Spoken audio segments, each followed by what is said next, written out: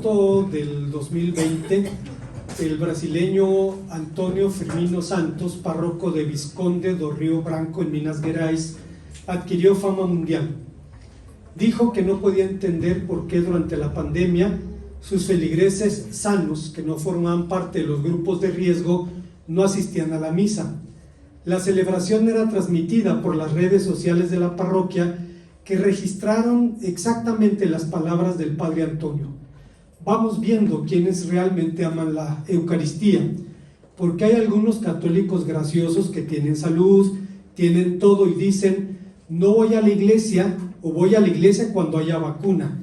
Espero que no haya vacuna para estas personas, o que se mueran antes de que llegue la vacuna. El hombre pidió disculpas después diciendo: quien me conoce sabe que soy aquella persona que lucha por la vida. Dudo sinceramente que el Padre Antonio quisiera que sus infieles se murieran, pero puso en evidencia algo mucho más peligroso que pensar en voz alta.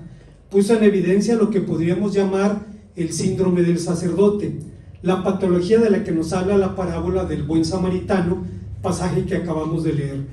Es un síndrome que no respeta ni credos, ni barreras denominacionales.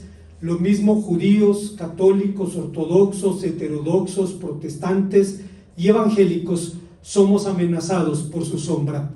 En su momento, el reverendo John MacArthur, una de las figuras más amadas y respetadas en el mundo evangélico, publicó una apología en favor de la reapertura de los templos durante la pandemia en el estado de California, y de hecho reabrió su iglesia, donde la gente cantaba sin mascarillas y sin guardar sana distancia entre ellos. Pero a diferencia de otros, el reverendo MacArthur no puso sobre la mesa el tópico de la providencia divina, sino el de la desobediencia civil. Su apología es una brillante exposición de los motivos por los cuales los cristianos debemos obedecer a Dios antes que a los hombres, aunque en su caso las restricciones a las iglesias se debían a una emergencia sanitaria y no a una dictadura anticristiana. Los síntomas del síndrome del sacerdote pueden resumirse en 3 declaraciones contundentes. Veamos cuáles son estas declaraciones. La primera de ellas es: las ceremonias son más importantes que la vida. Antes de entrar en materia, debo aclarar 2 cosas. Primero, que al hablar del síndrome del sacerdote, no me estoy refiriendo al ministro de ningún credo en particular. El nombre viene de los sacerdotes de la parábola del buen samaritano. Y la segunda cosa que debo decir: es evidente que nadie va a decir textualmente las ceremonias son más importantes que las personas. Ni el levita ni el sacerdote lo dijeron. De hecho, no dijeron nada. Simplemente esquivaron a la víctima del asalto y pasaron de largo. Sin embargo, tarde o temprano los hechos validan aquello de que tus actos hablan tan alto que no me dejan escuchar tus palabras. Esto significa que si la imagen es nuestro bien supremo, nuestro bien más apreciado, nunca querremos decir algo políticamente incorrecto. Pero en algún momento los hechos pueden desnudar nuestro discurso. Tarde o temprano nuestros hechos pueden validar o invalidar nuestras palabras. Decir esto no es invocar el mal ajeno o el mal propio, es simplemente recordar que el Señor Jesús dijo también en el Evangelio de Lucas, en el capítulo 12, todo lo que decimos en secreto será oído en público, y lo que susurramos a puerta cerrada se gritará en las azoteas, cosa que la tecnología posibilita cada vez más. La parábola del buen samaritano es uno de los relatos que explican por qué el de Lucas es llamado el Evangelio Universal. Su mensaje incluye no solamente a los hijos de Israel, incluye a las mujeres, a los gentiles, a los samaritanos, dándoles un lugar en donde se les puede comparar favorablemente con los propios judíos. Pero volviendo a nuestro relato, según la parábola, el sacerdote y el levita descendían del camino de Jerusalén a Jericó, es decir, regresaban de ministrar en el templo. Técnicamente hablando, los sacerdotes eran los ministros que oficiaban las ceremonias y los levitas sus ayudantes, usando el vocabulario contemporáneo, diríamos, serían los diáconos de los sacerdotes apoyándoles en su ministerio. La diferencia entre Jerusalén y Jericó es de 28 kilómetros y según Flavio Josefo desciende por dos cordilleras yermas. Sin duda, Josefo hacía referencia a la calzada romana que descendía del monte de Sión al Mar Muerto, una ruta de continuo descenso desde los 800 metros sobre el nivel del mar, donde está Jerusalén, hasta los 300 metros bajo el nivel del mar, donde está Jericó. Evidentemente, transitar por este lugar era peligroso. Todavía en tiempos de San Jerónimo, estamos hablando del siglo V, uno de los parajes del lugar era llamada la subida Bermeja o la cuesta sangrienta, debido a la frecuencia de los actos delictivos cometidos en ese lugar. De hecho, los ladrones solían dejar en el camino sus víctimas heridas con la expectativa de que si alguien se acercaba para ayudarlas, fuera matar dos pájaros de un tiro. Ya habían asaltado a la víctima y estaban esperando que otros más mordieran el anzuelo. Si se temía una emboscada, quien valorara su seguridad sobre todas las cosas simplemente no se detendría. Pero si la víctima lucía como un cadáver, obviamente los sacerdotes iban a esquivar la contaminación ritual.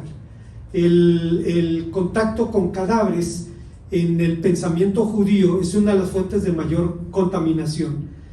Si el tema de la impureza ritual era importante para todo creyente judío, mayormente para los sacerdotes, tocar un cadáver significaba contraer contaminación 7 días según Levítico 19, pero la cuestión de fondo es, ¿realmente son más importantes las ceremonias que las personas?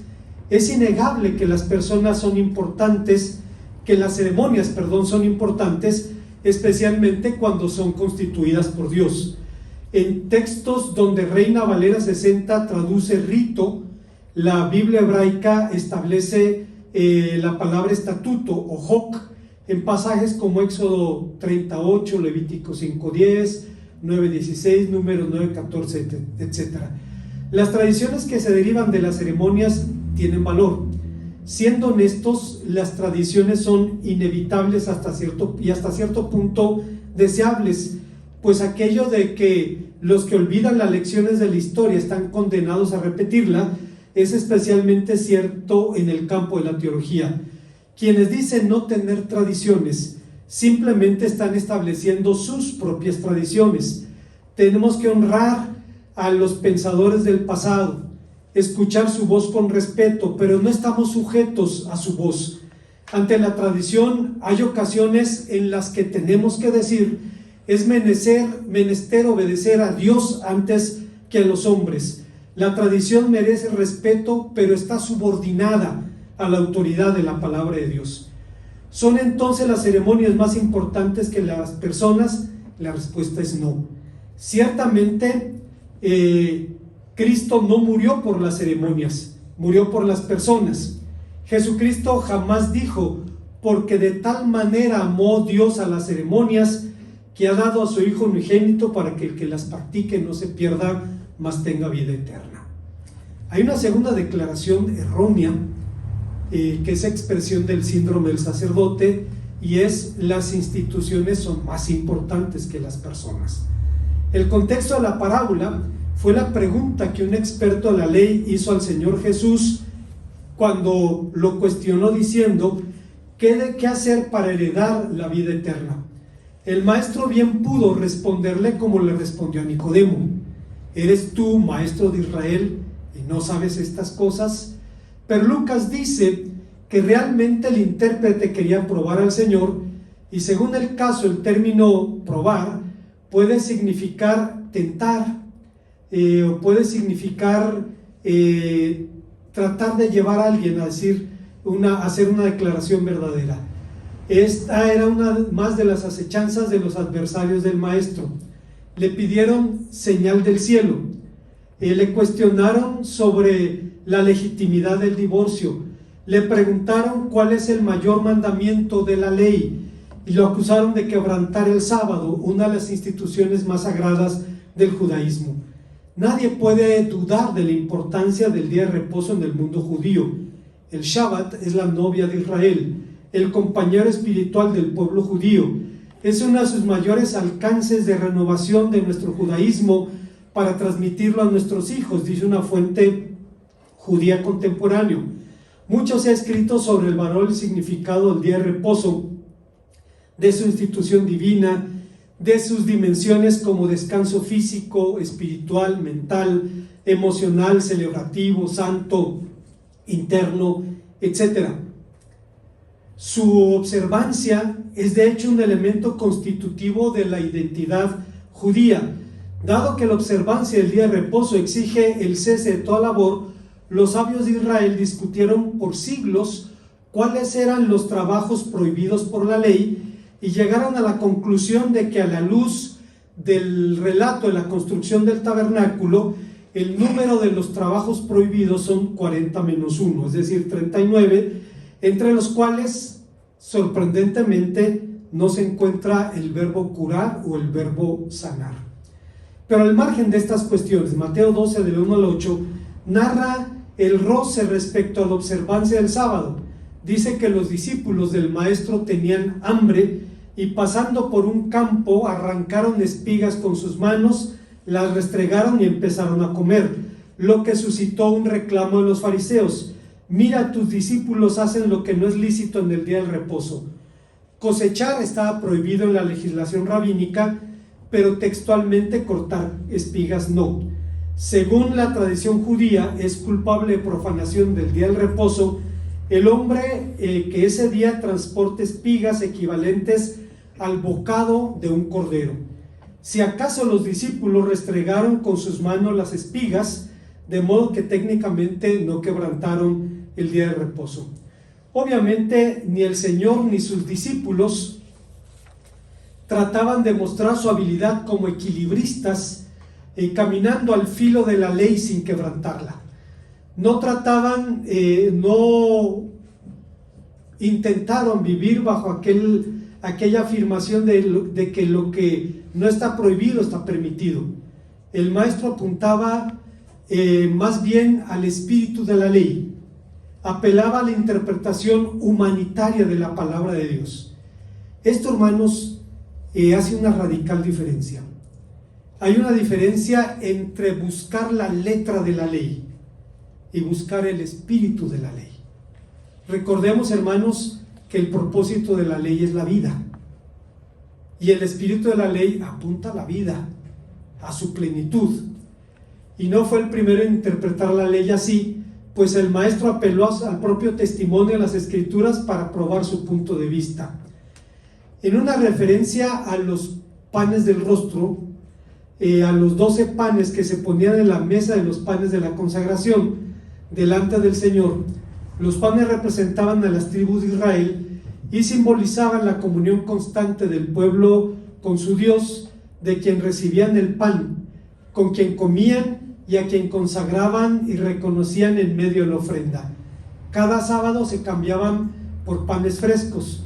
Los panes viejos se los comían los sacerdotes, según dice Éxodo 25:30, y sin embargo, cuando Ahimelech supo que David y sus hombres tenían hambre, entendió que David, a quien había ungido para ser rey sobre Israel, había emprendido una misión sagrada y le dio los panes al rey y a su séquito. Nos dice el primer libro de Samuel, capítulo 16, a partir del versículo 12.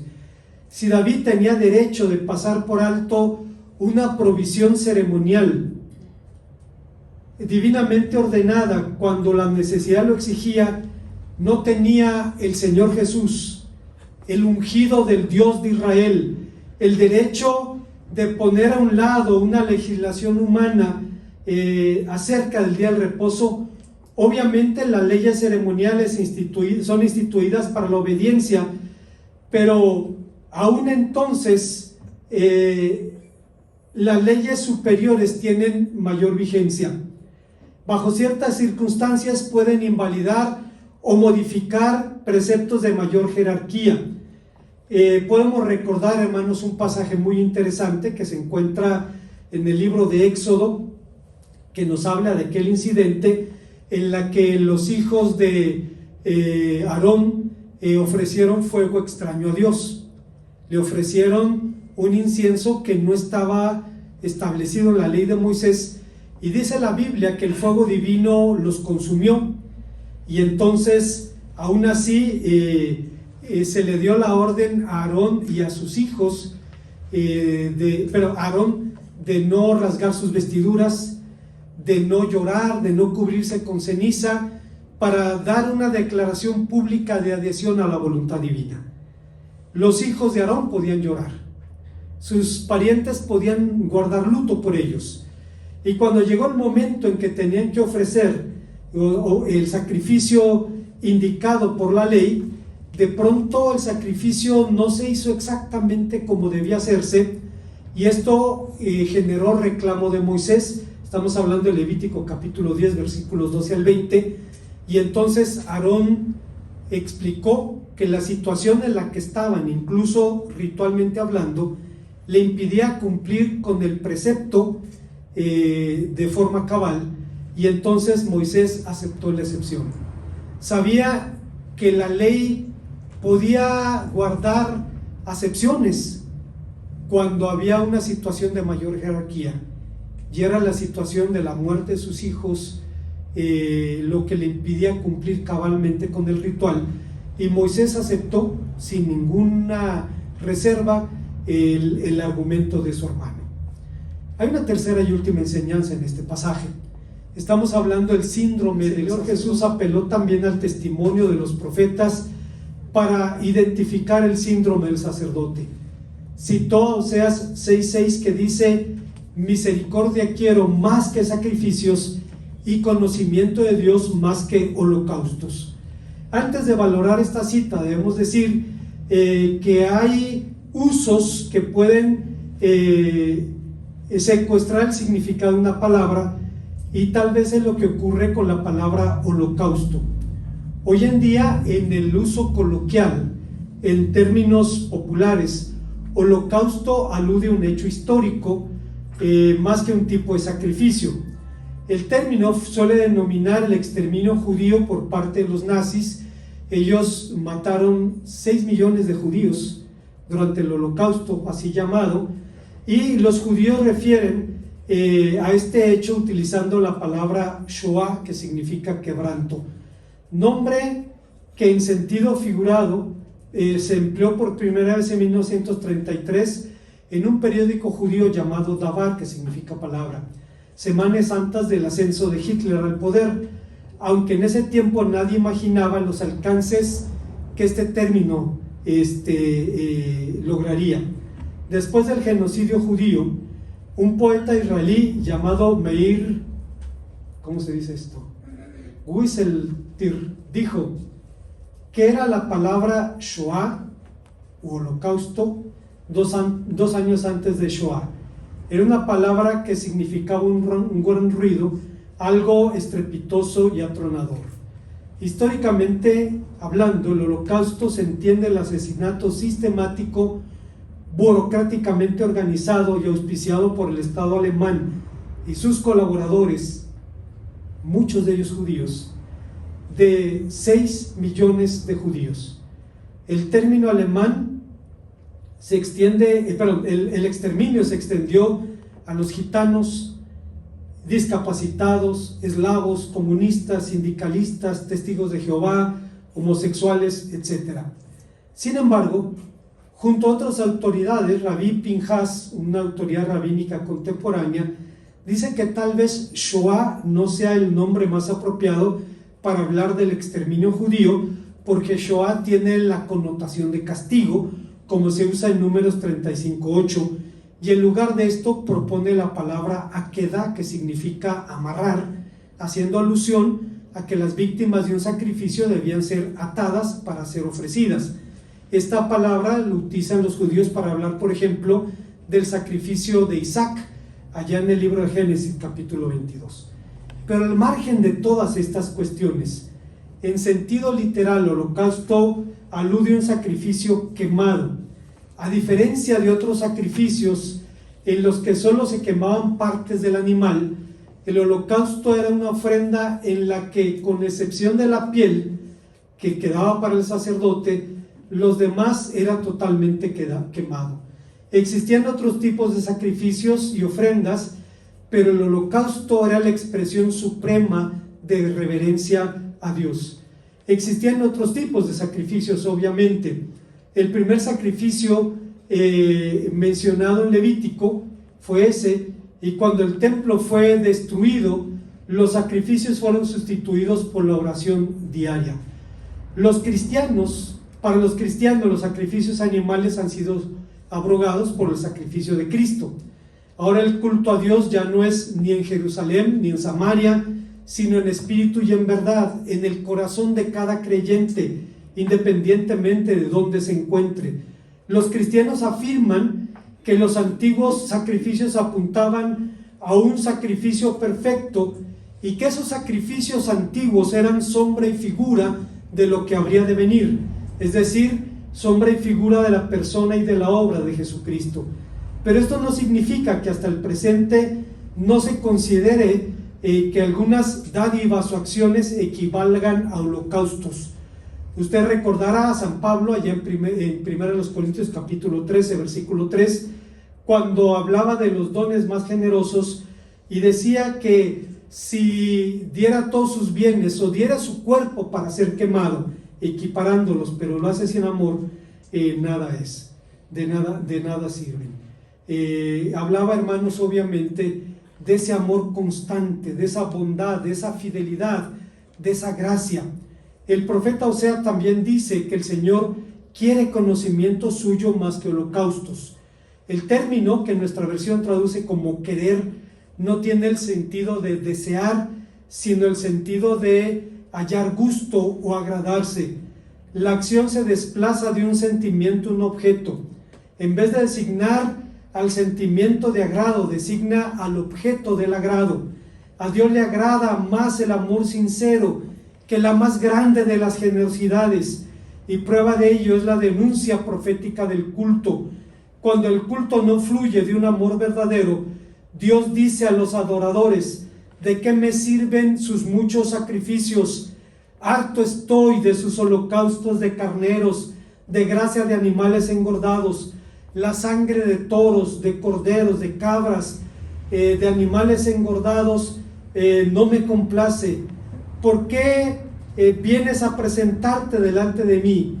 ¿Quién les mandó traer animales para pisotear mis atrios? No me sigan trayendo vanas ofrendas. El incienso me es abominación. Luna nueva y día de reposo, asambleas convocadas. No soporto la adoración que me ofrendan. Yo aborrezco sus lunas nuevas y festividades, y me han vuelto carga y me he cansado de soportar. Cuando levantan sus manos, me apartaré de ustedes mis ojos, y aunque multipliquen sus oraciones, no las escucharé, pues tienen las manos llenas de sangre, dice el profeta Isaías en el capítulo 11, versículos 11 al 17 de su profecía. ¿Qué es entonces el conocimiento de Dios? El conocimiento de Dios no define un saber ni un no saber intelectuales. Define una actitud general hacia Dios. Significa tener familiaridad con Él, interesarse en Él, reconocerlo y, por supuesto, vivir en congruencia. Agustín de Hipona lo recalcó cuando dijo: cuando uno pregunta si una persona es buena, no pregunta lo que esa persona cree o espera, sino lo que esa persona ama. La persona que ama rectamente, indudablemente creerá y esperará rectamente. La persona que no ama cree en vano, aunque los motivos de su fe sean verdaderos. La persona que no ama espera en vano, aunque las razones de su esperanza sean parte de la verdadera felicidad. En síntesis, pocos han expresado de forma más clara y simple lo que significa el amor a Dios, como lo hizo Jonathan Edwards. Jonathan Edwards es considerado el norteamericano más grande de la historia.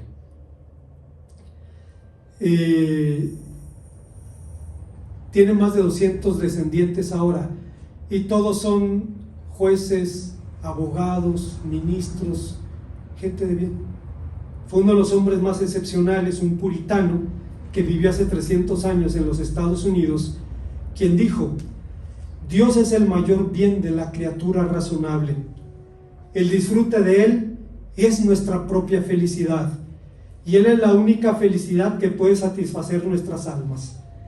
Ir al cielo, disfrutar completamente de Dios, es infinitamente mejor que las comunidades más placenteras aquí, mejor que padres y que madres, esposos, esposas, hijos, o la compañía de cualquiera o todos ellos juntos. Estos no son más que sombras, pero Dios es la sustancia. Estos no son más que rayos dispersos, pero Dios es el sol. Estos no son más que riachuelos, pero Dios es la fuente. Estas son solo gotas, pero Dios es el océano. Por tanto, es apropiado pasar esta vida solo como un viaje hacia el cielo. Como conclusión, es necesario señalar que existe un trastorno que amenaza a los ministros de culto independientemente del credo o de la denominación. Se le llama el síndrome de burnout, también llamado síndrome de desgaste profesional. El nombre viene de una expresión inglesa que significa estar quemado o apagado. No es algo nuevo. Los colapsos espirituales de Moisés y de Elías, un profundo agotamiento emocional que además de una serie de trastornos físicos empuja al paciente a la despersonalización, a la baja autoestima, al sentimiento de poca realización personal. En 2016, 3 jóvenes sacerdotes brasileños se suicidaron en el transcurso de unas pocas semanas. Esto a pesar de que los católicos brasileños cuentan con el Instituto Terapéutico, ¿cómo se diría esto?, Alcoger, en Sao Paulo, que desde hace unos 25 años ha atendido a más de 3.700 sacerdotes, monjas y laicos. Lo creamos o no, en los próximos años escucharemos más de sacerdotes y pastores que se suicidan. Aunque los estudios existentes se limitan al campo católico romano, en esta región del país, hace pocos años un querido consiervo fue diagnosticado con ese trastorno. Estoy hablando de esta región en la que vivimos.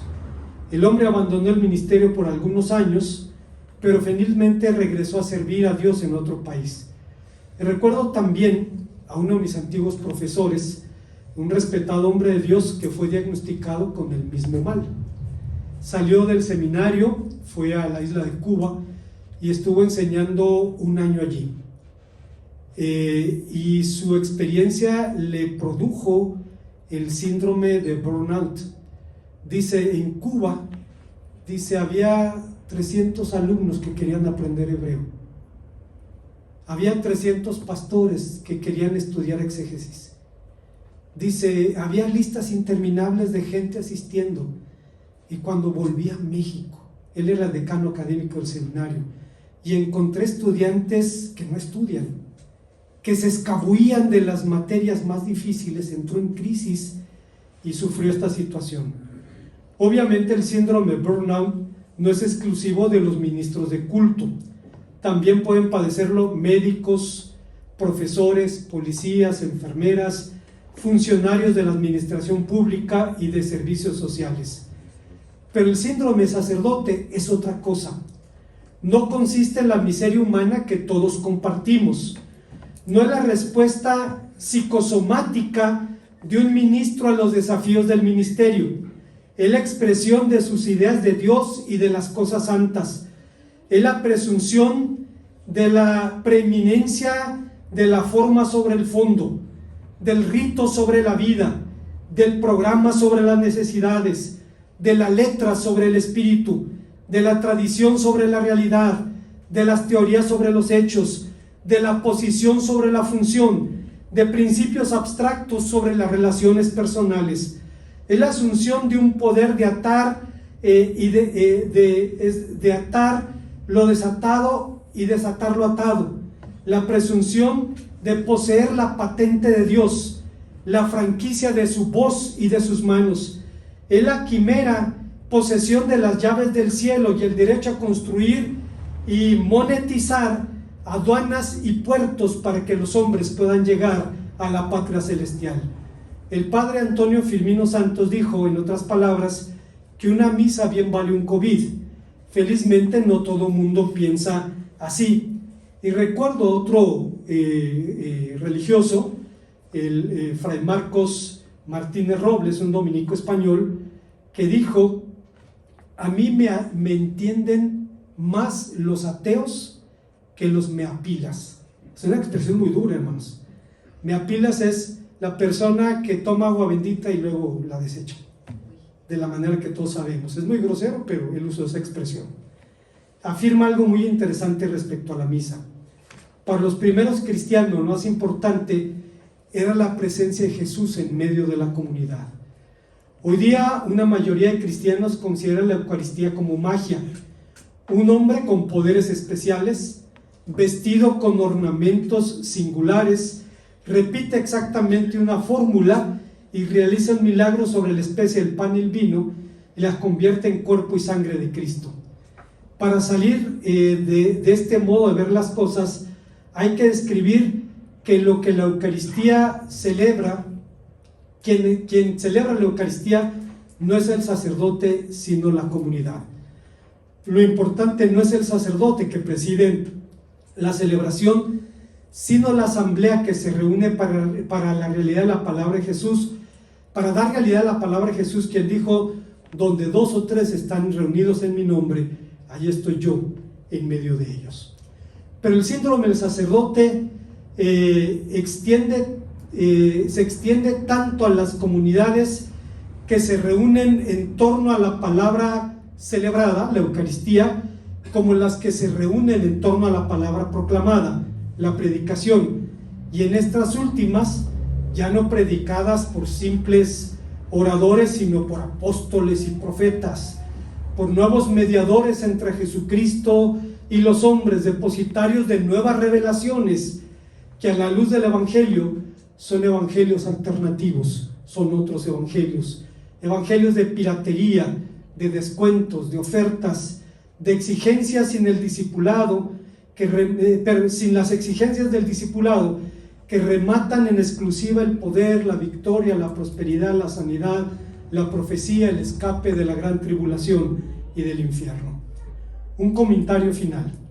Así como el síndrome de burnout no es exclusivo de los ministros de culto, tampoco lo es el síndrome del sacerdote.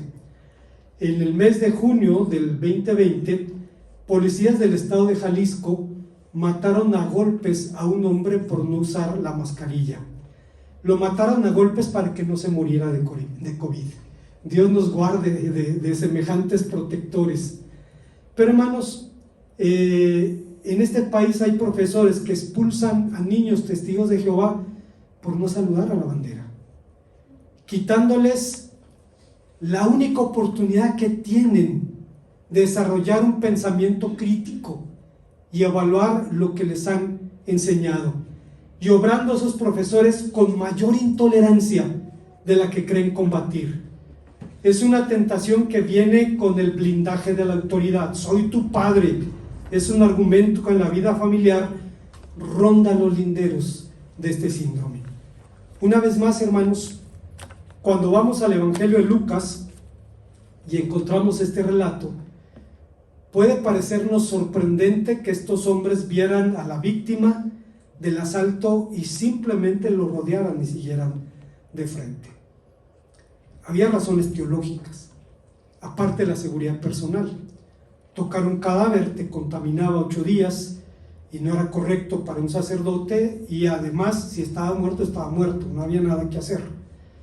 Pero dice la Biblia que un samaritano, un miembro de ese pueblo despreciado, se acercó, vio que estaba vivo, lo curó como pudo, lo subió a su cabalgadura, lo llevó al mesón. Ustedes conocen la historia. Y el Señor Jesucristo pregunta al maestro que lo cuestionó diciendo: ¿pero quién es mi prójimo? El Señor pregunta: bueno, ahora respóndeme tú, ¿quién fue prójimo de la víctima? El que hizo misericordia, ve tú y haz lo mismo, le dice. Una advertencia, hermanos, para todos nosotros, porque actuar así, pensando que las ceremonias, que las instituciones, que los holocaustos son más importantes que las personas, nos quita los ojos de donde los tiene Cristo, de donde los tiene Dios. Para Dios las personas son más importantes que todas esas cosas, y por eso mandó a su Hijo a morir por nosotros. Oremos a nuestro Dios.